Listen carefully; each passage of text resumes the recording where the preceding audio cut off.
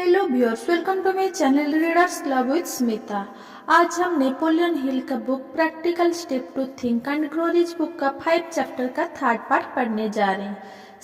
Stephen Spielberg इच्छा शक्ति के सहारे फिल्म उद्योग तक पहुंचे। बचपन में स्टीफन स्पीलबर्ग ने फिल्म डायरेक्टर बनने का सपना देखा था। बचपन में ही वे एक पुराने कैमरे से शौकिया फिल्म बनाते थे जिससे उनकी इच्छा शक्तिशाली हुई। स्पीलबर्ग के यूनिवर्सल स्टूडियोज में पहुंचने की कहानी फिल्म उद्योग में मशहूर है।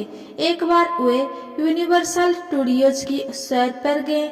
इस सैर में आगंतुक फिल्म व्यवसाय के अंदर से देख सकते थे। आगंतुक ट्राम में बैठकर स्टूडियो में घुसते थे। स्टीफन ट्राम से चुपके से उतरे और सैर खत्म होने तक 2 साउंड स्टेजों के बीच छिप गए। जब वे शाम को बाहर निकले तो गेट पर खड़े पहरेदार से थोड़ी बातचीत करना भूल गए। 3 महीने तक वे हर दिन स्टूडियो जाते रहे। वे पहरेदार के पास से गुजरते थे और उसकी तरफ हाथ हिलाते थे और वह भी हाथ हिलाता था। वे हमेशा सूट पहनकर और ब्रीफकेस लेकर जाते थे ताकि गार्ड उन्हें गर्मियों का प्रशिक्षु समझे। उन्होंने निर्देशकों, लेखकों और संपादकों से बातचीत और मित्रता की। उन्हें एक खाली ऑफिस भी मिल गया जिसमें वे बैठ गए और उन्होंने इमारत की डायरेक्टरी में अपना नाम जुड़वा लिया। उन्होंने सिनबर्ग से पहचान करने का संकल्प लिया, जो तब स्टूडियो की टेलीविजन शाखा के उत्पादन प्रमुख थे। उन्होंने उन्हें कॉलेज का फिल्म प्रोजेक्ट दिखाया, जिससे सिनबर्ग इतनी प्रभावित हुए कि उन्होंने तुरंत स्टूडियो के साथ उनका अनुबंध कर लिया। स्टीफन स्पीलबर्ग ऐसे इंसान हैं जिनके पास एक विचार था, एक स्पष्ट उद्देश्य था, इसे साकार करने की प्रबल इच्छा थी और लक्ष्य हासिल न करने तक काम में जुटे रहने का संकल्प था। उनकी पहली full length film the Sugarland Express की समालोचक ने प्रशंसा की और 1974 के कान फिल्म समारोह में इतनी सर्वश्रेष्ठ पटकथा का पुरस्कार भी जीता। दुर्भाग्य से बॉक्स ऑफिस पर यह सफल नहीं हो पाई। उनका बड़ा अवसर 1 साल बाद आया जब उन्होंने जॉर्ज पुस्तक पढ़ी। स्टूडियो पहले ही इस पर फिल्म बनाने का निर्णय ले चुका था और इसके फिल्मांकन के लिए एक मशहूर निर्देशक को चुन भी चुका था। स्पीलबर्ग इस फिल्म को बनाने के लिए बहुत बेताब थे, तो सुगरलैंड एक्सप्रेस की वित्तीय असफलता के बावजूद उनका आत्मविश्वास कम नहीं हुआ था और उन्होंने प्रोड्यूसर्स को राजी कर लिया कि वे चुने हुए निर्देशक को हटा दें और फिल्म बनाने का मौका उन्हें दे दें। काम आसान नहीं था। शुरुआत से ही प्रोडक्शन में मुश्किलें आने लगी, तकनीकी समस्या आई और लागत भी बढ़ी। लेकिन जब जून 1975 में जज रिलीज हुई तो इसे दोहरी सफलता मिली। इसने बॉक्स ऑफिस की रिकॉर्ड तोड़ दिए और यह समालोचकों को भी बेहद पसंद आई। थिएटर में इसने पूरे संसार में $470 मिलियन कमाए, $260 मिलियन अमेरिका में और $210 मिलियन विदेशों में। अगले कुछ सालों तक स्पीलबर्ग ने कई फिल्मों का निर्देशन किया जो न सिर्फ बॉक्स ऑफिस पर सफल रही बल्कि समालोचकों ने भी उनकी प्रशंसा की, जिनमें close encounters of the third kind, raiders of the lost ark, ET the extraterrestrial, the color purple और लिंकन शामिल थी। स्पीलबर्ग अपने सपनों का पीछा करने में जुटे रहे।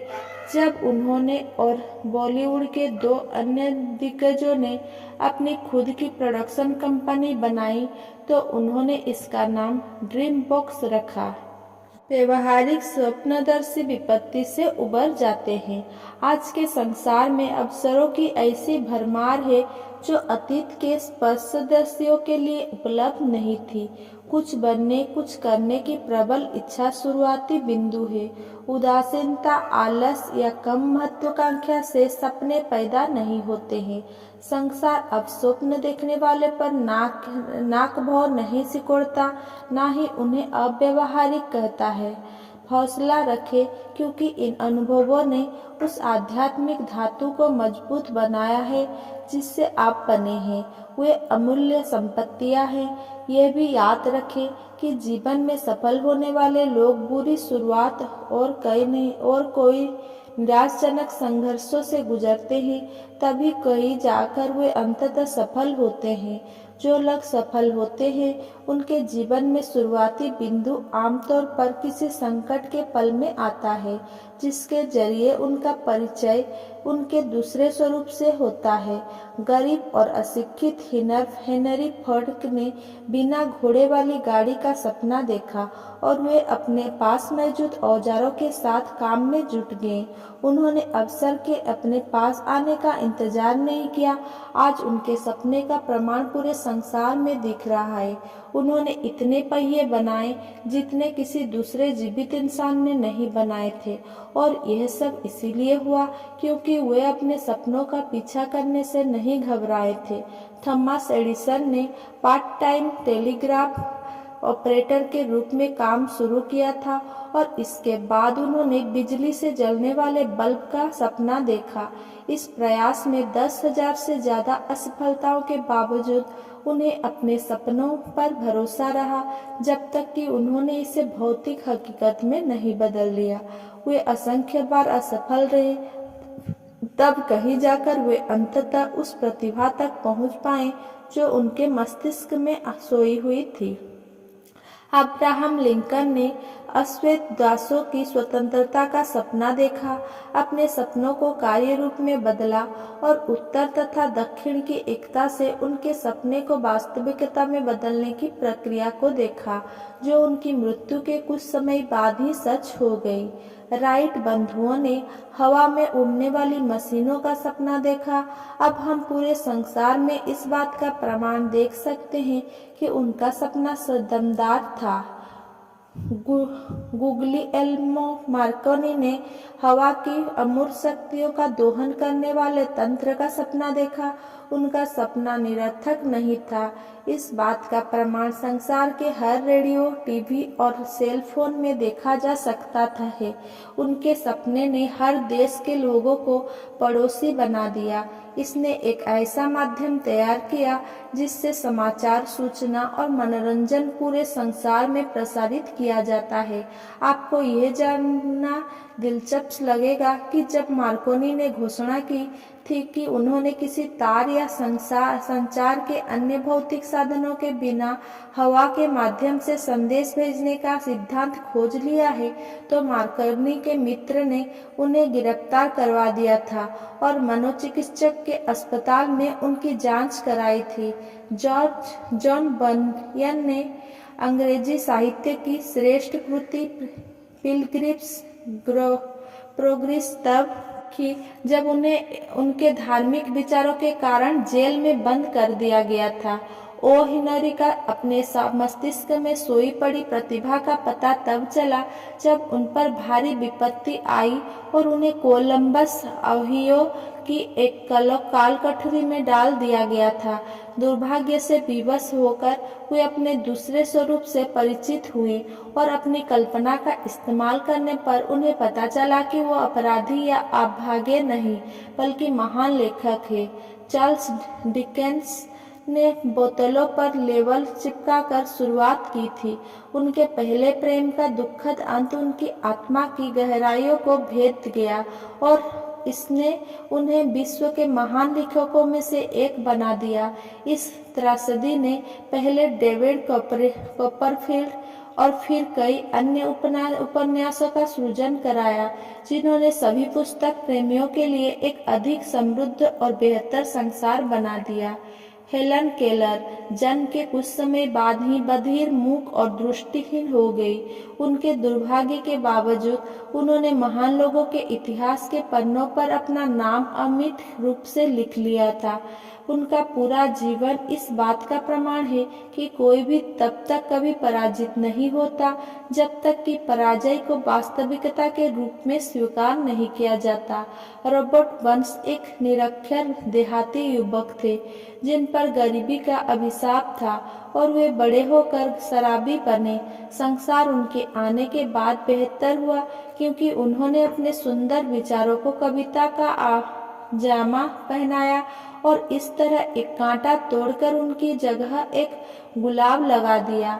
बुकर टी वाशिंगटन दास्ता में पैदा हुए थे तथा प्रजाति और रंग की बाधाएं थी।